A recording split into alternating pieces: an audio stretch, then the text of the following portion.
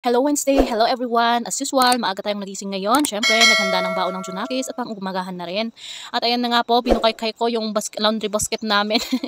Ay nako, ang dami-daming mga damit. So, pinili ko yung mga damit ng Junakis ko, yung pang-school niya. At nakapaglaba na rin po tayo sa wakas, pero hindi ko pa sinampay guys kasi naman po, kulang po yung hanger ko. So, hintayin ko siyang matuyo, pero parang hindi naman matutuyo ngayong araw kasi puro ulan lang naman.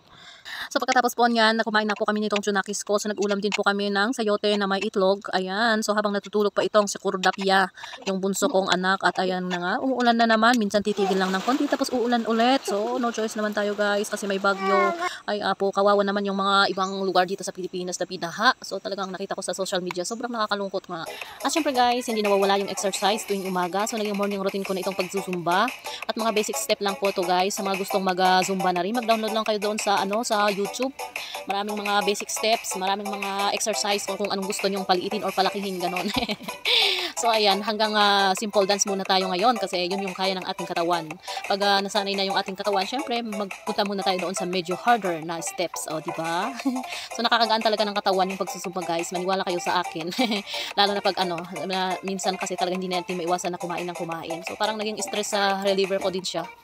So ayan, hanggang dito muna yung zumba ko guys. Kinat ko siya kasi masyadong mahaba, almost 1 hour talaga. So maraming dumadaan dito na hindi nakakaintindi kung anong ginagawa ko, pero okay lang yun. Tinatawanan ko na lang kung anong sinasabi ng mga negativity in life. Syempre, kailangan ko mag-continue. Hindi naman para sa kanila itong ginagawa ko, para sa aking katawan. At ayan na nga po, hindi ko namamalayan, alas 12 na pala. So kumain na kami ni Bunso, si ate naman ay nakatulog pa. So hinayaan ko na lang, saka na lang siya kakain pag nagising na. So pagkatapos namin kumain, isipan kong ayusin itong matagal nang sirang bakot namin. So inayos ko ito last year, pero talagang nasira na talaga kasi bumigay na. Tignan nyo naman, naging na yung kahoy na nilagay dyan. So, kailangan talagang lagyan ito ng munting bakod guys. Konti lang naman talaga, parang 1 meter lang yata. Kasi mabangin dito sa paligid ng bahay namin. Puro bangin talaga, kaya delikado talaga sa mga bata. So, parang kailangan lang talagang lagyan ng simpleng bakod, ganon. So, kung saan-saan ko napulot itong kahoy na ginamit ko dito guys. Kasi naman, wala akong time na maghanap pa ng kahoy na gagamitin. So, itong kawayan na yan, kinuha ko sa likod ng bahay namin at hinati-hati ko. Hindi ko pa alam kung sa amin yan or hindi. Ewan ko kung sinong naglagay dyan. Kaya naisipan ko na lang na gamitin pambakod, kahit simpleng bakod lang guys.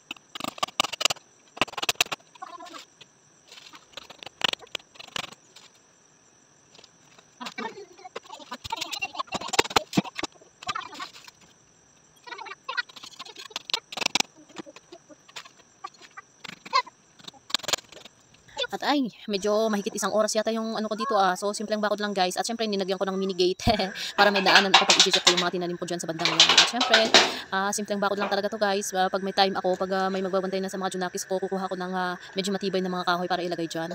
At syempre, pagkatapos niyan, luto kaagad ng ulam para pakainin yung mga Junakis ko para naman makatulog sila at makapagpahinga na rin ako. Kakapagod ngayong araw.